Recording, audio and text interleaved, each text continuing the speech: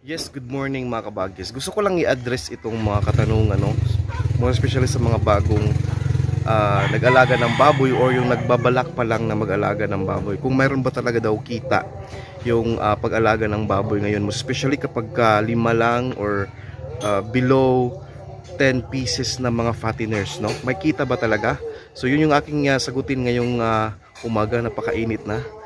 But I'll be giving you explanations or yung mga ideas kung may kita pa ba talaga based sa experience natin ngayon mga kabagis. And before that, make sure to subscribe mga kabagis kung hindi pa kayo nakapag-subscribe sa ating channel, and make sure mga kabagis you hit the notification bell para updated ka every time na may upload tayo kagaya nito. Just keep on watching.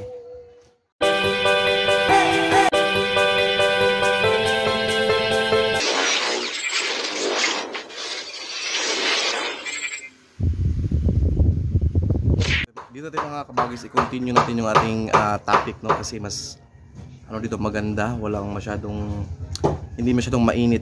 So before ko explain yun mga kabagis, ito muna. Ito yung ating Norovet na pina-inject natin sa ating 2 months na mga baboy. Then may mga kunin ko muna to. May mga vitamins tayo dito mga kabagis. If you don't want to do the injectable vitamins, meron tayong mga powderized vitamin pro, pwede yan sa baboy, manok yan. At itong imig na natin nag-assist sa atin, no, technician, is nagbigay din ng mga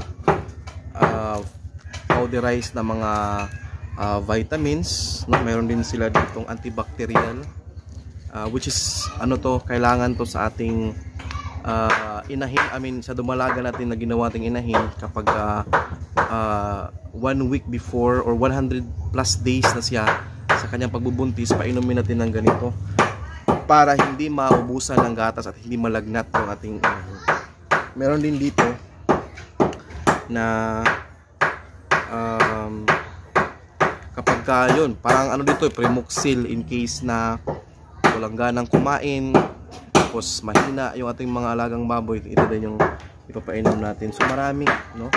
Yung Primoxil, isa sa mga pinaka mabisang powder din sa baboy mga kabagis, na ginagamit ko mostly kapag walang ganang kumain, at kahit na purga mo na regular mong pinurga every month, tapos wala pa rin ganang kumain, yun Primoxil yung ipinapainom natin. Antibacterial din yun mga kabagis, no?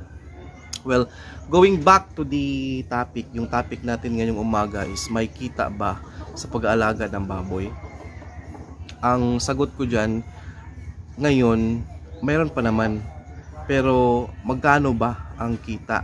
Depende yan mga kabagis sa ating mga alagang baboy. Pero explain ko sa inyo, based doon sa last kong inalagaan, sila, 12 sila lahat, no? Yung doon banda na batch. Tapos nag-average yung timbang ng mga baboy natin 85 to 90 kilos mga kabagis in a span of 3 months and 2 weeks. Well, ang hirap kasi kapag i-explain mo siya lahat, no, as a general, or yung kabuuan na kita, kasi malaking figure yun. But for us to understand it clearly, before ko i-explain, no, yung kilo ng ating baboy ngayon dito sa amin sa Cebu, from 210, kasi umakyat ng 210 yung karkas, yung rasyon na, meaning patay na, yung kinuna na yung mga laman loob, tapos itimbang na buong karne na lang ng buong baboy. So noon umabot sa 210. Grabe, ang ganda nun mga kabagis. Mga nasa November, December of 2020, tapos January ng 210 pa rin. Pagka February, bumaba na ng 190 hanggang nag 180. Tapos ngayon, nasa 170 na lang. So imagine niyo yung difference, no? 40 pesos din yung nawala. However, sa ngayon, yung last na na-dispose natin, na naabutan natin yung 180 per kilo. Now, sabihin na lang natin na nag-average yung ating baboy ng 85 in 3 months and 2 weeks. So napakadali lang kwintahin mga kabagis, no? Sa 85 kilos na yan, i-times mo siya sa sa 180. Yun na nga, no? 85 times 180, nasa 15,300 yung isang baboy mga kabagis. Now, that gross profit, makakalculate natin siya kasi gusto ko lang ibigay sa inyo yung estimate sa isang baboy. So kung marami kang baboy, like for example 10 nga ganito, i-times 10 mo lang din yung resulta. So 15,300 yung gross profit yon sa isang baboy na, again, i-explain ko or i-emphasize ko, yun yung rasyon, meaning yung karkas, wala nang laman loob, hindi siya live weight kasi iba kasi malito sa live weight, sa rasyon o carcass, no? So wala nang laman loob yon, kinuha na lahat pure karne na lang ng kabuuang baboy. So 85 times 180, that results to 15,300 sa isang baboy. And then i-ano mo siya, i-calculate mo or so no, 15,300 i-minus natin sa 3,000 na worth sa ating baboy. And then yung estimate natin is 4 to 5 sacks before natin maibenta yung isang baboy. So that's gonna be around 7,000. Consider na yung ano mga kabagis, na i-consider natin yung ano doon, yung vitamins, no, yung mga tinuturok-turok natin for that 3 months and 2 weeks. Tapos yung lahat na ng mga expenses natin doon. So that's about 10,000 din yung expenses from baboy. And then yung feeds, vitamins. So meron pa tayo yung natirang 5,300. Pero hindi pa yan yung kabuuang kita. Kung naiwan na 5,300, hindi pa yan yung ano mo, pinaka-net income mo, kasi kailangan mo pang i-minus dyan yung ano, yung bang, for example, meron kang inuutusan na magpapakain, or kung maganda kung ikaw na lang personal na nagpakain kasi wala ka nang mababayaran doon. However, i-minus mo pa doon yung tubig, kasi yung tubig napakalaki sa pag-alaga ng baboy. So sabihin na natin na kunin natin doon yung 1,300 para sa tubig lang sa isang baboy. Yan kasi i-ano mo yan sa buong ano sa buong 3 months and 2 weeks. So sabihin natin may 1,300 na ilaan mo doon sa tubig, and then may naiwan kang 4,000. So for me, sa ngayon or yung previous kong pag-alaga ng mga baboy, yun yung kita per baboy is 4,000 in 3 months and 2 weeks. May mga cases na kung hindi natin ma-maximize yung kilo ng ating or timbang ng ating mga alaga, is bababa yan ng 3,000 to 3,500. May pinaka-worst na yung 2,000, 2,500 per baboy. Kung hindi mo ma-maximize talaga yung pagpapakain mo, yung pag-alaga mo at make sure mo na bigat sila at lumaki sila sa tamang expectation natin in that certain period of time. Now, yun yung short term mga kabagis. Yung when I say short term, yun yung 3 months and 2 weeks lang na ibenta mo sila. But there will be cases like i-extend mo sila into 4 months to 5 months, and there will be a big possibility na yung 4,000 na possible kita mo sa isang baboy is aangat yan mga kabagis, or mag-multiply siya times 2. So nasa 8 or 7,000 din yung kita per baboy sa ngayon yan. I mean sa previous natin na mga pag-alaga nung ano yun, May this year.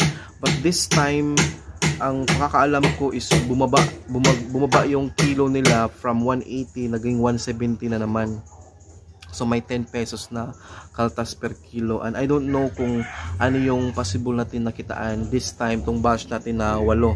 So again, to answer your question, so mga bago pa lang at gustong mag-alaga ng baboy, I don't know kung nasa Cebu kayo or nasa bandang Mindanao kayo or Luzon, yun yung ating average na kitaan per baboy, 4,000 sa 3 months and 2 weeks natin na pag-aalaga. Now depende na yan sa inyong area, kung kasi magmatter talaga mga kabagis yung presyo ng ating per sako na feeds.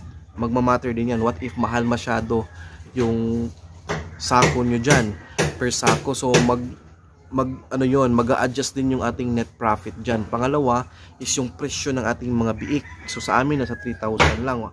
Ang pakakaalam ko sa ibang mga areas, mayroon mga 3,500, 4,000 to 5,000 yung presyo ng kanilang mga biik. So nagmamatter talaga yan sa kung ano yung presyuhan natin dyan sa biik, sa feeds, and then of course yung ating setup sa pag-alaga ng baboy, kasi may iba dyan na nag-alaga ng baboy din na they don't need to pay for water bills, kasi ang setup nila is yung baboyang walang amoy, yung ipa ng palay lang, and then konting tubig lang, yung inumin lang yung kailangan natin dyan in a daily basis, hindi na kailangan paliguan. So yun, depende talaga sa setup. So mas maganda para sa akin kung mayroon kayong area and then you're planning to build a small backyard piggery, ang pinaka-advice ko talaga dyan mga kabagis, ang setup natin is gawin natin yung baboyang walang amoy na mayroon tayong ipa ng palay, and then kainan din sa likod niyan is meron silang pool na pwede nilang maliguan, and then yun na lang yung palitan ninyo from time to time para hindi ganoon kagrabe yung gasto sa tubig, and at the same time hindi ganoon ka yung amoy din sa ating mga dumi ng baboy once naglilinis na tayo, kasi hindi talaga siya nangangamoy yung baboyang walang amoy na setup. So sa akin na setup kasi is may septic tank tayo. May nagtatanong bakit daw walang drainage na makita. May drainage yan, mayroon yang daluyan ng tubig. I-separate namin yung daluyan at tubig at saka siniparate namin yung dumi. But ang setup kasi na ganyan mga kabagis is matrabaho. Yun yung unang matrabaho siya. And second, yung expenses natin sa tubig, kasi kailangan kang maglinis araw-araw. Ilang beses mong linisan, ilang beses mong paano ng tubig. So matrabaho at magastos. So pinaka magandang suggestion ko kung nagsimula pa lang kayo or you're building your cages, yung mga pig pen ninyo, you have to make sure na maghanap kayo dyan sa YouTube yung mga guide or yung mga sample na baboyang walang amoy na setup, kung gaano kalaki, gaano kalaki yung gawin nating pool, yung area ng mga baboy doon sila matulog, maglaro doon sa ipa ng palay, and then yung kainan. Napakaganda nun mga kabagis. Gusto ko sanang trinay kong gawin yon dito sa sa baboyan ko, ang setup, pero wala kaming ipa dito sa area ko, walang ipa ng palay. Kung mayroon man, napakamahal yung per sako, kaya hindi ko na lang tinuloy. Kasi kumbaga kinikwenta-kwenta ko rin, parang ganun na rin din yung mangyari, tapos matrabaho na rin, kailangan kong orderin, kailangan ko pang puntahan, ako pa mag-deliver, napakatrabaho din, so wala na lang. Pero kung nasa inyo is yung mga ipa dyan is parang ipinamimigay na lang, yung bang nandyan na lang, kukunin nyo na lang, lagay nyo na lang sa sako, gamitin nyo yan mga kabagis, kasi napakalaking advantage ng ganong setup, kasi walang gasto sa tubig. So lahat ng net mo, o yung after mo ma-minus yung ingay ng manok, after mong ma-minus yung presyo ng baboy or biik, tapos gastos mo sa feeds, mga gamot, and purga and all, then yung tira doon is sa'yo na talaga, buo. Hindi na makailangan kunin para sa tubig, kunin mo sa mga nagtatrabaho, kasi kayang-kaya mo na siyang gawin in your own, kasi nga madali na lang.